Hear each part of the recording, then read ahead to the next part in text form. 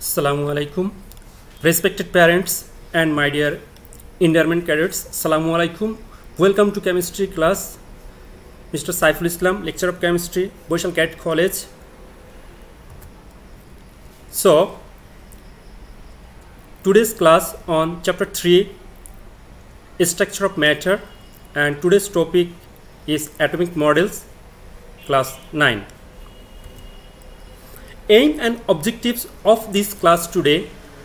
After this class, cadets will able to know the atomic structure, to understand Rutherford's experiment, to understand the Niels Bohr atomic model, evaluate the comparison of the above models, to understand, apply and analyze the electronic configuration of an atom. Key points of this lecture: first on solar model, next on orbit, orbital, electromagnet, radiation, energy level and spectrum. Now, cadet, imagine what will be the name of this scientist.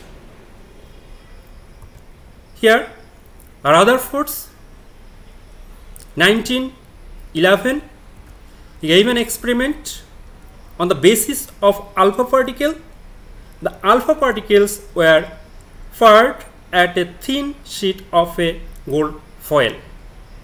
Alpha particle is helium nucleus. Particles that hit on the detecting screen are recorded. Rutherford learned physics, alpha particles, gold foil experiment.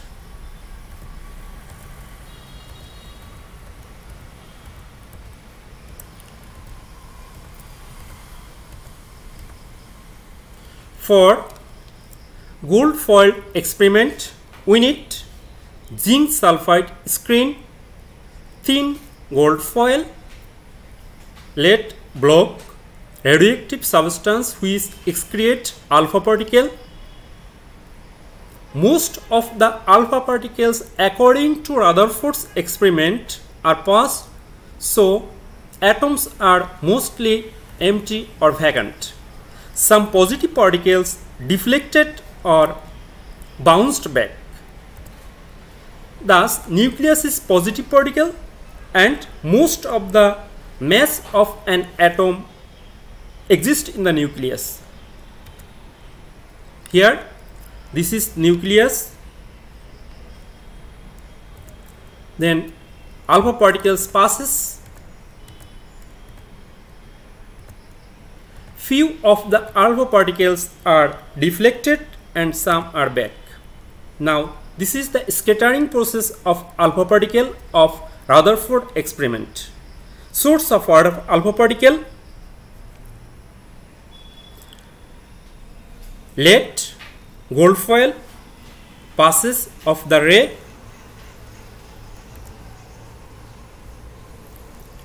in 1909, Rutherford undertook a series of experiments. He fired alpha particle through very thin gold foil. Then alpha particle, that means positive charge, deflected through nucleus which contain positive charge. Some of the alpha particles go back and deflected. Here, this is the Rutherford's apparatus, gold foil for gold foil experiment.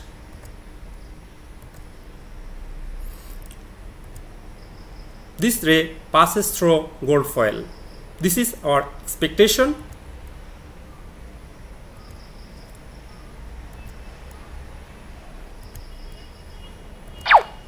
This is expected.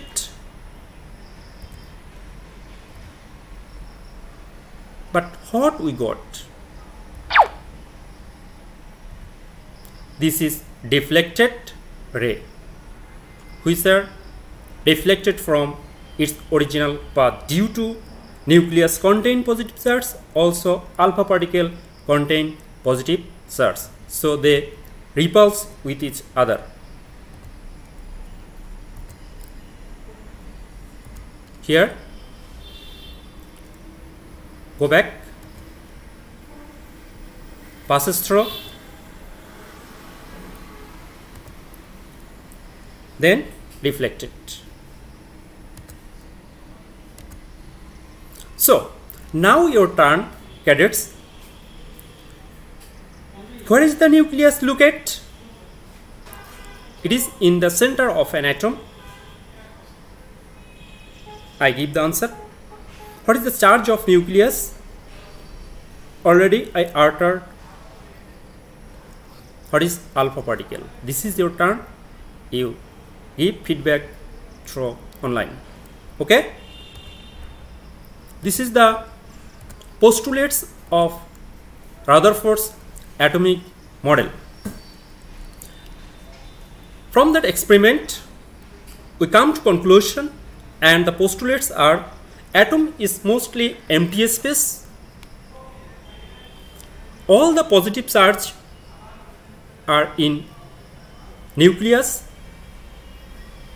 Nucleus is composed of protons and neutrons. Electrons distributed around the nucleus and occupy most of the volume.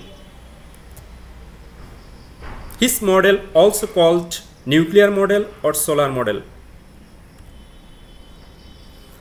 So, some of the limitations of this model: first one, he did not give any idea about size and shape of orbitals where electrons revolve.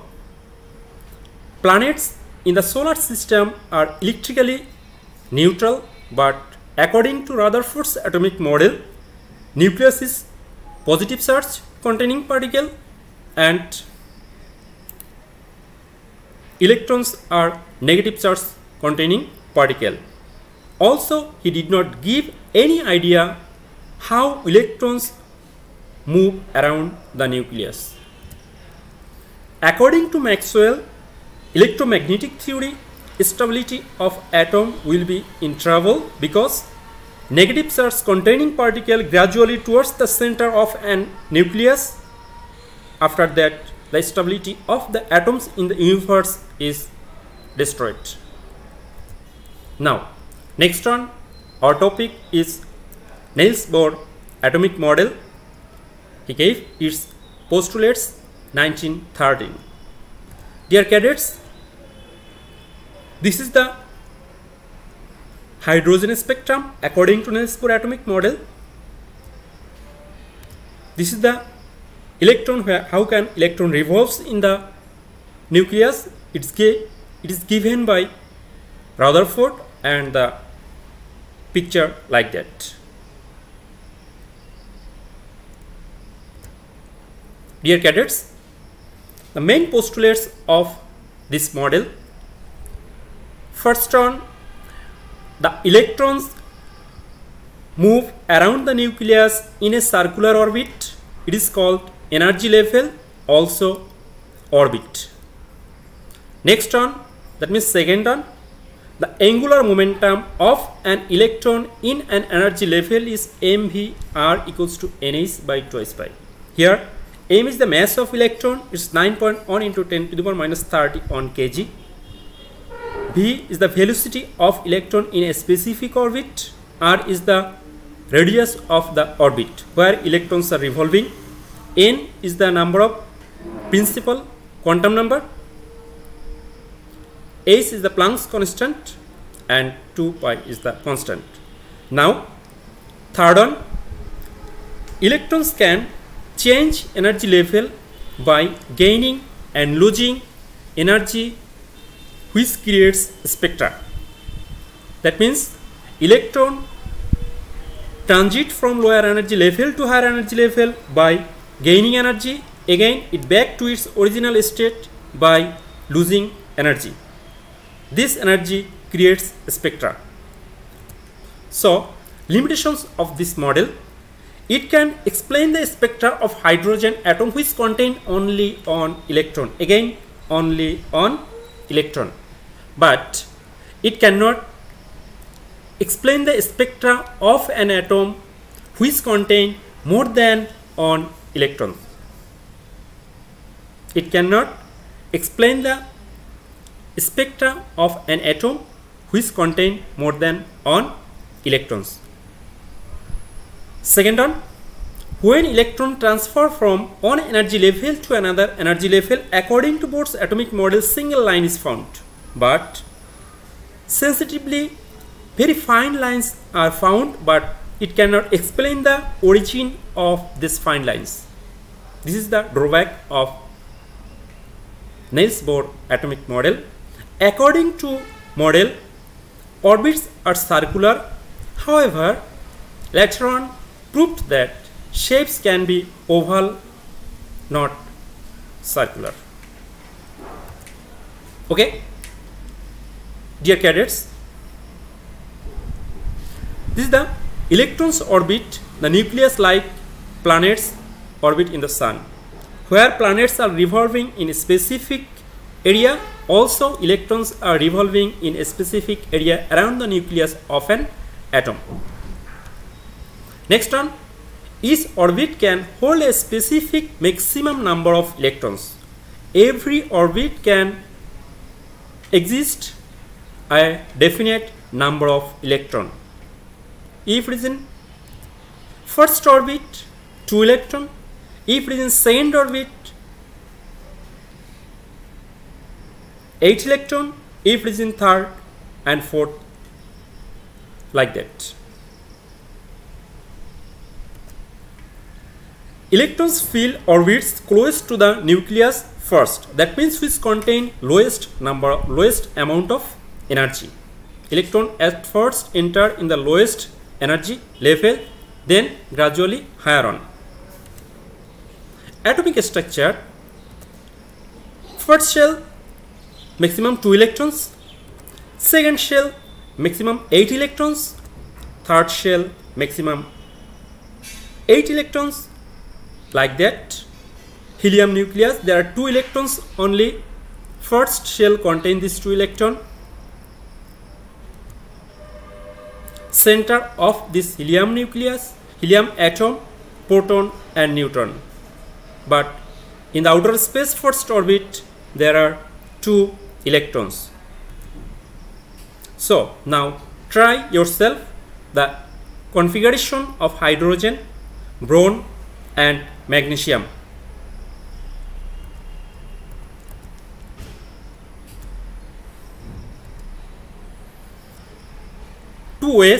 There are two ways to represent the atomic structure of an element or compound. First on electronic configuration and second on dot and cross diagrams. Electronic configuration of the atom is the main basis of the periodic table.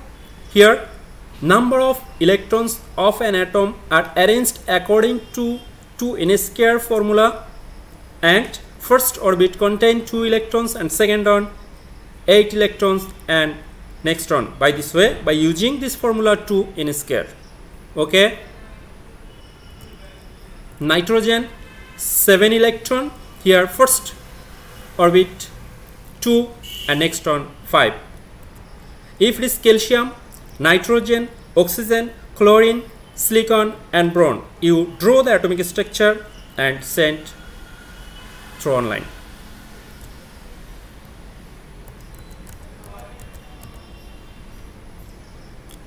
And dot and cross diagrams. Here this electronic configuration also given by dot and cross diagram. Electron are represented by dot and cross. Here there are the energy level where electrons first enter.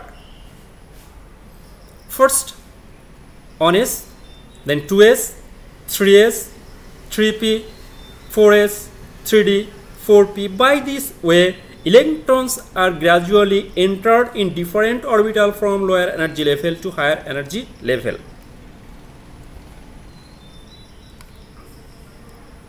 Okay. So some of the tasks which is for your. Now first one, write down the similarities and dissimilarities of Rutherford's and Niels Bohr atomic models. Draw a chart of way of electron distribution in different orbits on the basis of energy.